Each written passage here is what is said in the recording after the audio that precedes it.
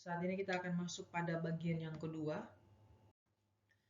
Oke, yang berikutnya adalah pemeriksaan penunjang dan diagnostik untuk pasien dengan kanker paru. Ya, pemeriksaan diagnostik ini meliputi berbagai pemeriksaan yang tujuannya adalah untuk memastikan di mana lokasi kanker ini berada, menentukan jenis kanker ini, stadiumnya udah stadium berapa, dan sebagai langkah untuk mengambil keputusan ini perlu dilakukan kemoterapi apa tidak. Ya, pemeriksaan diagnosis ini meliputi yang pertama adalah ronsen toraks ya. Ronsen toraks atau ronsen dada ini merupakan pemeriksaan awal yang sering digunakan untuk mengidentifikasi massa yang abnormal di paru, lokasinya kira-kira di bagian mana nih, dan juga bisa mengetahui masalah lain yang berhubungan dengan paru. Ini bisa dilakukan dengan ronsen toraks. Yang berikutnya adalah CT scan atau compute tomografi. Nah, ini lebih sensitif lagi dari ronsen toraks. Gambarnya bisa kalian lihat di layar ya. CT scan ini tujuannya untuk apa? Yaitu untuk memberikan gambaran penampang lebih detail dari paru-paru. Bisa tahu lokasinya di mana, ukurannya seperti apa, dan seberapa luas tumor di paru itu atau seberapa luas kankernya ya. Yang berikutnya adalah dengan PET scan, yaitu positron emission tomography. Ya, ini tujuannya untuk membantu untuk bisa menentukan apakah kanker paru ini telah menyebar ke bagian organ yang lain atau tidak. Ya, pemeriksaan ini dilakukan menggunakan zat radioaktif yang disuntikan dan diserap oleh sel-sel yang tumbuh dengan cepat. Yang berikutnya adalah MRI toraks ya. MRI ini digunakan untuk apa? Digunakan untuk sama juga dengan CT scan ya, tapi lebih sensitif ya. Bisa tahu lokasinya di mana, luasnya seperti apa ya, sudah menyebar sampai kemana. Yang berikutnya lagi adalah sitologi dahak atau cek sputum ya. Tujuannya untuk apa ya? Ya, tujuannya untuk menganalisa dahak di bawah mikroskop untuk mendeteksi kira-kira sel kanker ini keberadaannya seperti apa. Yang berikutnya adalah bronkoskopi ya. Bronkoskopi ini digunakan selang yang sangat tipis ya, fleksibel, ada kameranya ya, dimasukkan melalui hidung dan mulut ke saluran pernapasan biasanya untuk mengambil sampel kecil yang akhirnya sampel itu bisa dicek di laboratorium. Bisa tahu ini kira-kira sel kankernya ganas, jinak atau seperti apa. Jenis sel kankernya apa. Yang berikutnya adalah biopsi. Biopsi sama juga ya. Tadi kalau bronkoskopi dimasukkan selang dari hidung ke mulut sampai ke saluran pernapasan, diambil jaringan sedikit. Kalau biopsi ya, prosedurnya seperti digambar ya. Pengambilan sampel jaringan ya. Ada yang berbentuk namanya biopsi dengan jarum ya. Jarum tipis digunakan untuk mengambil sampel atau jaringan dari paru, biasanya dengan panduan dari CT scan atau USG, atau dengan namanya biopsi bedah ya. Ada kasus-kasus tertentu di bedah diambil jaringannya dikit ya, untuk dilakukan pemeriksaan lab untuk bisa tahu dengan jelas ini kankernya jenisnya apa, tumor, jinak, ganas atau seperti apa. Yang berikutnya adalah endobronchial ultrasound atau EBUS ya. Prosedur ini adalah prosedur minimal invasif ya, untuk mengambil sampel jaringan atau kelenjar getah bening di dada, dan biasanya dilakukan bersamaan dengan bronkoskopi tadi ya. Kira-kira kanker ini udah menyebar sampai ke kelenjar getah bening apa belum ya, untuk menentukan stadium kankernya seperti apa, bisa dilakukan dengan tindakan ini. Yang berikutnya adalah pemeriksaan laboratorium CBC, GDS, ureum kreatinin, SGOT, SGPT, dan serum elektrolit. Kenapa perlu untuk dicek ya?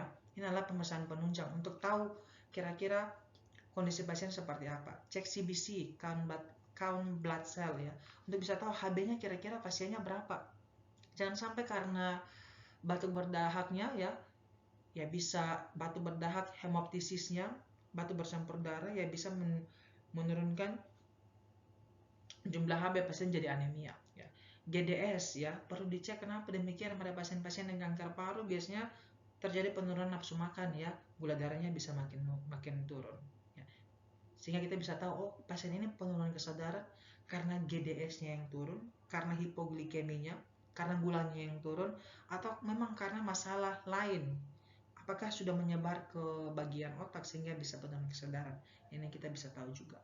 Yang berikutnya ureum kreatinin ya. Masalah kanker paru juga bisa mengganggu fungsi sistemik dalam tubuh, bisa mengganggu fungsi ginjal ya. Jadi bisa dicek ureum kreatinin. SGOT, SGPT mengganggu fungsi hati. Ya, kalau misalkan mengganggu fungsi hati, menyebar sampai ke hati, bisa dilakukan pemeriksaan SGOT, SGPT. Yang berikutnya adalah serum elektrolit. Ya, kalau pasien mual, muntah, menimbulkan gejala yang berhubungan dengan fungsi elektrolit, ya bisa kita cek serum elektrolit. Pemeriksaan penunjang yang sesuai dengan kondisi yang dialami oleh pasien. Sekarang kita akan masuk pada penata laksanaan medis pada kanker paru. Penata laksanaan medisnya bergantung pada yang pertama jenis kankernya apa. Karena kalau misalkan jenis kankernya udah kanker yang ganas, ya biasanya penata laksanaannya akan berbeda dengan kanker jenisnya yang masih jinak. Berikut pun dengan stadiumnya seperti apa dan juga status fungsional pasiennya seperti apa. Jika sudah sampai ke end stage, kira-kira pasien ini perlu dilakukan perawatan apa yang tepat. Jadi pemberian penata laksanaan pada pasien tergantung pada ketiga hal tersebut. Yang pertama yang bisa dilakukan adalah dengan pembedahan, ya, yaitu pengangkatan tumor jika masih stadium awal, misalnya lobektomi dan pneumonektomi. Ya, ini biasanya untuk pasien dengan jenis kanker yang stadium awal, ya, yang NSCLS, non-small cell lung cancer, ya. Nah, lobektomi ini apa? Lobektomi ini adalah pengangkatan satu lobus pada paru-paru, jadinya lobusnya diangkat. Yang berikutnya adalah pneumonektomi, ya, pengangkatan seluruh paru pada sisi yang terkena, ya. Operasi ini kadang-kadang tidak direkomendasikan untuk pasien dengan stadium lanjut, ya. Jadi kalau misalnya udah stadium lanjut, operasi ini sangat tidak disarankan. Yang berikutnya adalah kemoterapi. Kemoterapi ini biasanya menggunakan obat-obatan untuk membunuh sel kanker. Untuk jenis kanker yang small cell lung cancer dan non-small lung cancer yang udah stadium lanjut, ya. Kalau misalnya pertumbuhannya udah agresif, ya biasanya dengan kemoterapi. Yang berikutnya adalah radioterapi. Radioterapi ini merupakan terapi radiasi untuk mengecilkan atau membunuh tumor, terutama jika tidak bisa dengan operasi. Yang berikutnya adalah dengan terapi target imunoterapi, yaitu pendekatan ini berdasarkan hasil pemeriksaan molekuler yang mendeteksi mutasi gen.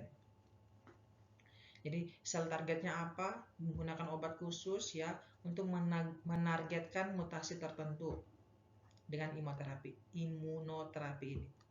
Yang berikutnya adalah perawatan paliatif. Perawatan paliatif ini biasanya diberikan untuk pasien-pasien dengan stadium akhir, stadium lanjut, yang kata kasarnya sudah tidak bisa disembuhkan lagi. Jadi tujuan perawatannya adalah untuk mengurangi gejala utama yang dirasakan oleh pasien, meningkatkan kenyamanan, dan juga memperbaiki kualitas hidup dari pasien. Jadi, dan tentunya dukungan buat keluarga secara psikososial, dukungan buat pasien secara spiritual untuk jenis kanker yang udah end stage, yang udah tahap lanjut.